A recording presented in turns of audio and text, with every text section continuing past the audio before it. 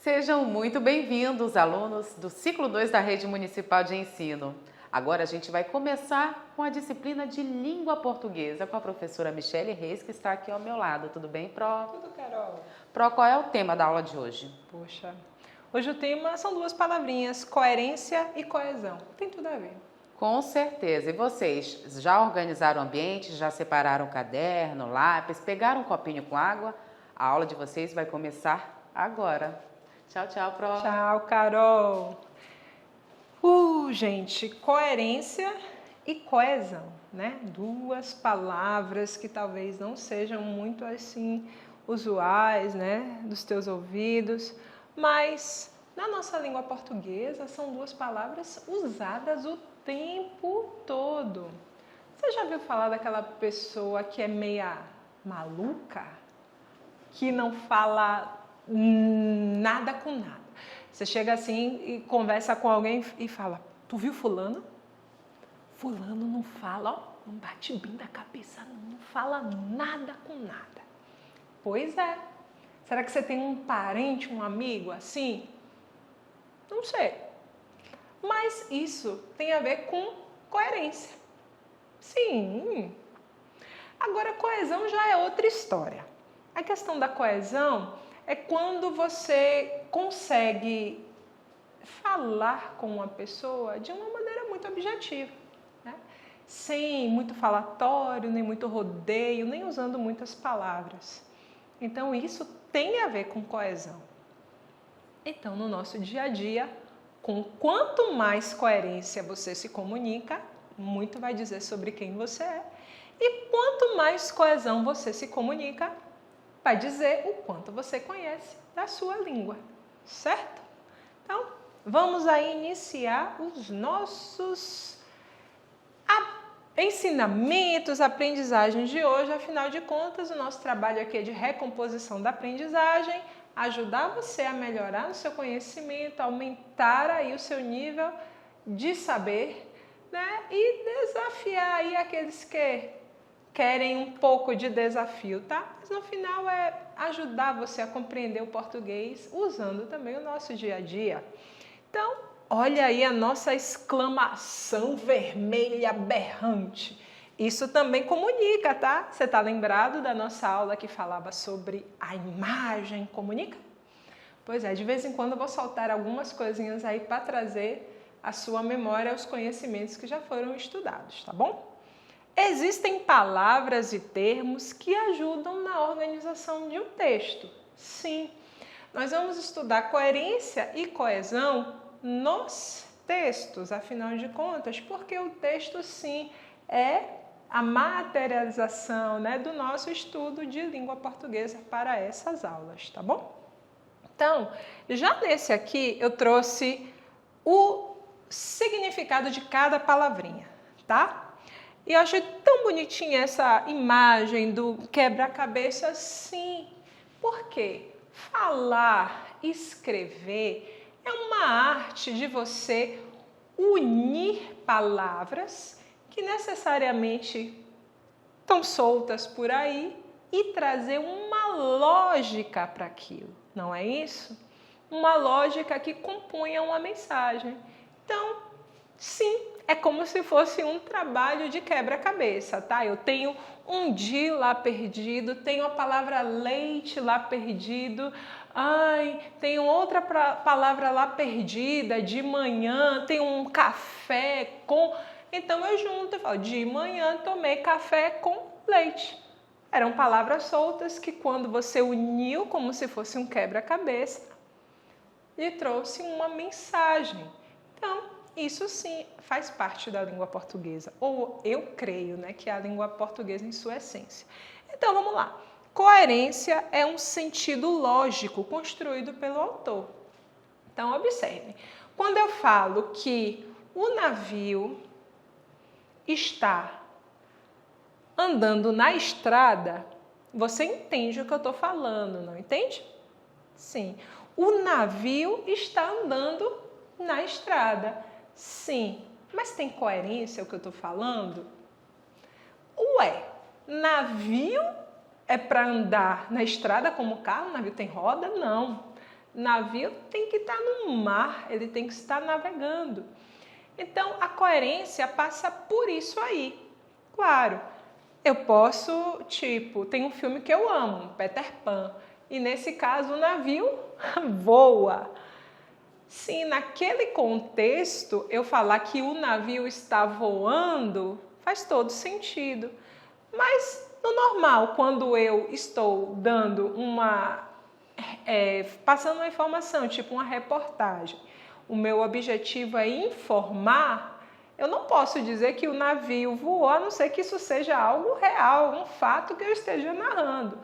Então, a coerência é quando você constrói uma frase e aquele sentido para o contexto tem um sentido lógico, um sentido real, tá bom? Agora, a coesão é o uso de palavras que ligam elementos do texto. Eu vou usar essa coesão para trazer mais coerência àquilo que eu estou passando, né? A mensagem que eu quero transmitir. Então, por isso que eu coloquei aqui, os elementos de coesão ajudam na construção do sentido. Porque também, vamos combinar que quando você tem uma pessoa que ela é muito prolixa é aquele que fala e a gente acaba se perdendo na fala dela, a gente não consegue entender, afinal de contas, o que aquela pessoa quer falar, né? Essa pessoa prolixa que fala demais e a gente se perde é uma pessoa que não tem coesão naquilo que fala. Então, se você acha que você é uma pessoa assim, que se perde, né, nas suas conversas, vamos trabalhar mais a coesão na sua vida e você vai melhorar mais ainda a transmissão de suas mensagens, tá bom? Para começar, existem palavras, existem palavrinhas que ajudam na coesão de um texto. Lembre que tudo isso é para a gente construir um sentido lógico de uma mensagem, tá? Então, quais são essas palavrinhas? Pronomes, conjunções, preposições. Ah, pronto, tô lembrada disso não. Misericórdia, eu não sei nem o que é isso. Pronome, conjunção, preposição, não lembro não. Com certeza a tua pró já disse. Ou no 4º ano, ou no 3º ano. Você já viu alguma dessas palavrinhas, tá? Bem, eu vou dar só um exemplo. Pronome, eu, tu, eles, nós, vós, eles, vossa alteza, você, tu, contigo, comigo, tudo isso são exemplos de pronome. Eu estou contigo, você e eu juntinhos. São exemplos de uso de pronome. Já no caso das conjunções, são palavras que unem ideias. Então, você começa a falar uma coisa, quer complementar aquilo que você está falando. Então, você vai usar uma palavrinha para unir as duas ideias. E a preposição são palavras que também nos ajudam a ligar uma palavra a outra palavra. Olha o exemplo que eu botei aqui. Era uma vez uma menina chamada Chapeuzinho Vermelho. Um dia, sua mãe lhe disse: Chapeuzinho, leve esta cesta com bolo e doces à casa da vovó, que está doente. Então, observe, essas palavras em vermelho que eu coloquei são exemplos de pronomes, e é o que a gente vai estudar hoje, mais fundo, tá bom? E essas palavras que eu coloquei aqui em negrito, mas um pouquinho mais forte, não sei se você consegue enxergar aí, mas é a palavra com, é a palavra e, da e que, são exemplos de conjunções e preposições, tá? Cesta com bolo, preposição. Uniu a palavra cesta e a palavra bolo. Essa aqui, da vovó. Outro exemplo de preposição. Agora aqui, a palavrinha que. Olha, cesta com bolo e doces à casa da vovó que está doente. Então, já uniu a palavra, uma ideia a outra ideia. Aí já o exemplo de conjunção, tá bom? Todos os exemplos que a gente vai ver agora no nosso estudo de coesão com pronomes, eu retirei da historinha famosérrima, estourada da Chapeuzinho Vermelho. E eu sei que você vai entender melhor através desse exemplo. Por quê? Porque eu falei que na coerência aquilo faz sentido no contexto e você perfeitamente já conhece o contexto da obra da Chapeuzinho Vermelho, sabe que no final vai ter o caçador, o lobo mau vai ter o final dele. Então, vai ajudar melhor você entender aquele pedacinho que a gente vai analisar, porque você já conhece o contexto, beleza? Então, vamos observar o estudo de pronomes na coesão. Eu trouxe aqui o exemplo de alguns pronomes e olha, a lista de pronomes é enorme. Nesse caso, eu trago para vocês os pronomes pessoais. Por que pessoal? Sim, porque tem a ver a pessoa, ele vai tratar da pessoa. E aí, é aquela famosa, né? Eu, tu, eles, nós, vós, ele, pois é. Eu, tu, ele, ela, nós, vós, eles, ela, conosco, contigo e mim. No meu tempo é para mandar decorar, bora. Você tem que saber tudo decoradinho aí. Hoje a gente já entende que não precisa decorar, mas a gente precisa entender o contexto, tá? Trouxe aqui os exemplos retirados de Chapeuzinho Vermelho. Estou indo para a casa da vovó, que está doente. Vou levar bolo e doces para ela. O que você precisa entender é que a coesão ajuda a você não repetir várias vezes a mesma palavra. Então, nesse exemplo que eu li, estou indo para a casa da vovó, que está doente. Vou levar bolo e doces para ela. Ela está substituindo quem? Está substituindo a palavra vovó. Entende que aí funciona a coesão? Fica mais suave de você ouvir do que você ficar o tempo todo falar, vou levar bolo e doce para a vovó. Entende? Você já citou a palavra vovó em cima, então você não precisa repetir, mas a pessoa que ouve entende e fica algo mais prazeroso de se ouvir. Vamos para o segundo exemplo. Oi, vovó, que orelhas grandes você tem. Olha aí, a palavra você. Sim, também é um pronome pessoal, de tratamento, tá? Então, você está substituindo quem nesta frase? Está substituindo novamente a palavra vovó. Que orelhas grandes você tem? Você quem? Ora, a vovó. Entende? Se não existisse a coesão ou os pronomes, a frase ficaria assim, ó. Oi, vovó, que orelhas grandes vovó tem? Tem muita gente que fala assim, não é verdade? Pois é, então, quanto mais você estuda a língua portuguesa te dá mais possibilidades, tá? Essa é uma delas. Olha aqui outra frase. Eu conheço a vovó. Ela não ronca tão alto assim. Exemplo de dois pronomes, né? No caso, o pronome eu, sim, que a primeira pessoa, e ela, que também é um pronome de terceira pessoa. Então, quando fala eu conheço a vovó, nesse caso, eu não é eu, porque lembra que a gente está trazendo a história da Chapeuzinho Vermelho?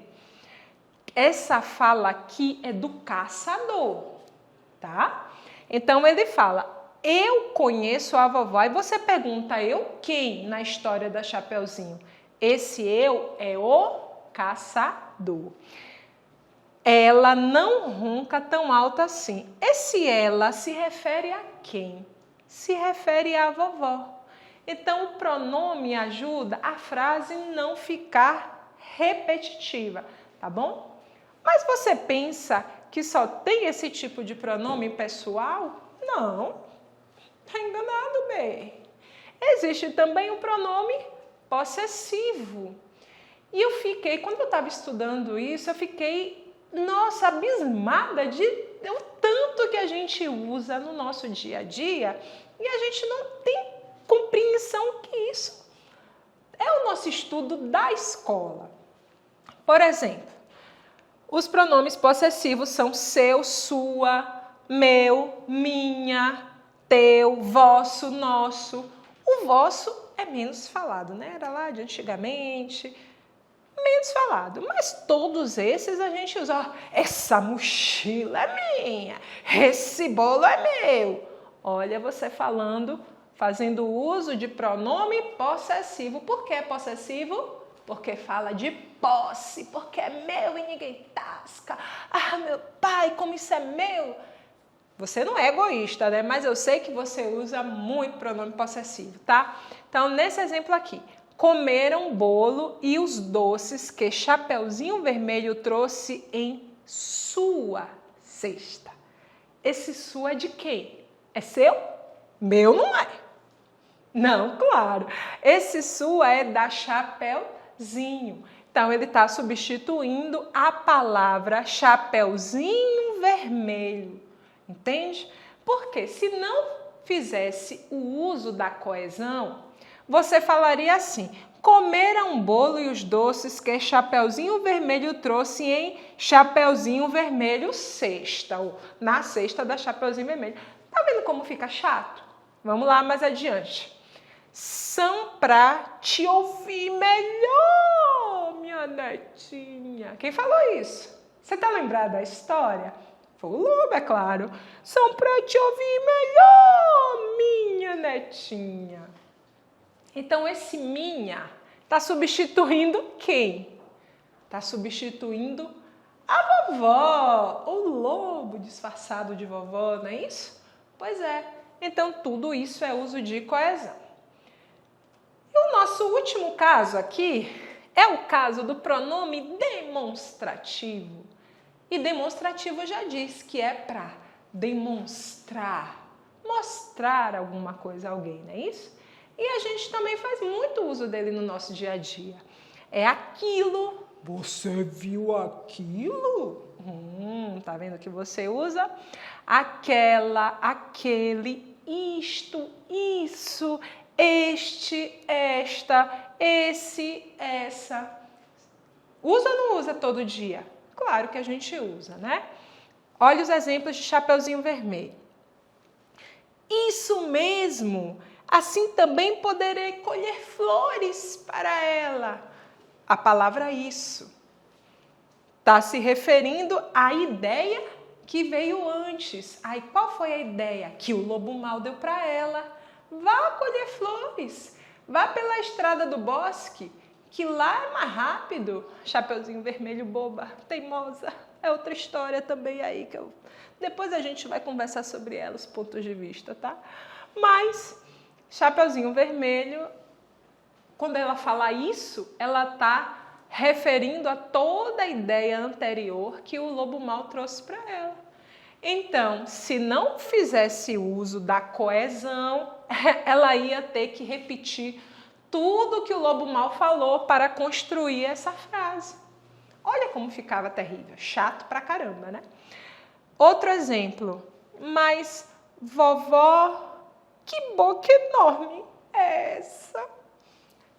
Justamente, a palavra essa está se referindo a quê? A boca da vovó. Entende? Então, se não tivesse a palavra essa, ia ter que repetir o termo boca da vovó. Então, a coesão é muito útil na nossa vida, né? Facilita muito o entendimento. Não é só para você falar bonito, chique e demonstrar que você é um aluno que estuda. É sim, para ajudar a gente no nosso entendimento. Porque quanto mais se fala, mais a gente pode se perder nas palavras, certo? Melhor parte, a parte do exercício. Vamos exercitar o nosso cérebro, tá? Pronto para treinar? Carol já avisou, pega aí lápis, caneta, papel, com certeza já está tudo na mesa. E eu te dou a sugestão de você anotar no papel qual é a sua resposta para comparar, para ver se você acertou. Vamos lá para a nossa primeira questão, né? Nessa primeira questão, eu trouxe um texto. Por quê? Gente, quando a gente fala de coesão e, claro, coerência, a gente não pode perder o contexto de vista. Porque eu falei que tudo pode fazer sentido dependendo do contexto, tá? É um texto muito grande, sim, é muito grande. Mas o que eu quero trazer a você é o seguinte, a gente está falando de saúde, né? E o nosso texto é sobre saúde. Mas é importante a gente conhecer o texto inteiro para a gente entender o que cada palavra faz referência ou tem a ver. Mas eu vou ser bem sucinta na leitura e vai ser algo para te informar sobre a sua saúde. Então, vai servir para as duas coisas, não só para estudar, mas para você ficar atenta em questão de saúde, tá bom? E aí vem, os celulares fazem mal à saúde? Nem sei, viu? Vamos descobrir agora. Descubra o que dizem os pesquisadores sobre o impacto da radiação dos smartphones na nossa vida. Agora observe, é um texto completo, tem título, olha, está escrito todo o texto, tecnologia e saúde e fonte recreio. Isso se trata de quê? De que tipo de texto? De uma notícia. E a notícia vai para te informar. Então, liga aí as anteninhas para ficar mais sabendo sobre a nossa saúde. Desde que foram inventados, os celulares têm sido objeto de discussão em relação aos seus possíveis riscos à saúde humana. Os pesquisadores, no entanto, ainda estão longe de entrar em um consenso, em saber quem está certo ou quem está errado, né, sobre isso. Muitos deles acreditam que a longo prazo, a emissão constante de radiação dos celulares pode causar problemas de nervos cerebrais e até tumor. Ou seja, ele está falando que pode fazer até nascer tumor no cérebro, né? Deus queira que não. Mas as evidências não são suficientes para determinar se essa radiação seja mesmo perigosa, tá? O sinal eletromagnético recebido e emitido pelos celulares é formado por ondas de rádio parecidas com sinais que são emitidos pela televisão, pelas emissoras de televisão e rádio. Esse tipo de radiação é considerado menos energético de todo o espectro eletromagnético. Essa parte é complicada, né? Ele está falando apenas o seguinte, que tanto o celular como os aparelhos de TV, os aparelhos de rádio, eles funcionam através de ondas, né, magnéticas, eletromagnéticas. E essas ondas também atravessam o nosso corpo e tal. Ele diz que no caso do celular, essas ondas eletromagnéticas, elas não são tão prejudiciais e são muito parecidas com as ondas que são do rádio e da TV, que a gente assiste o tempo todo e graças a Deus até hoje não trouxe muitos males à nossa saúde, né? Uma taxa chamada SAR mede quanta radiação é absorvida pelo organismo quando um celular é colocado na orelha durante uma chamada. E nesse momento ela está em sua potência máxima. Então a taxa está muito alta quando você está falando ao celular, né? O SAR dos celulares não pode ser superior a 4 watts por quilograma. Nossa!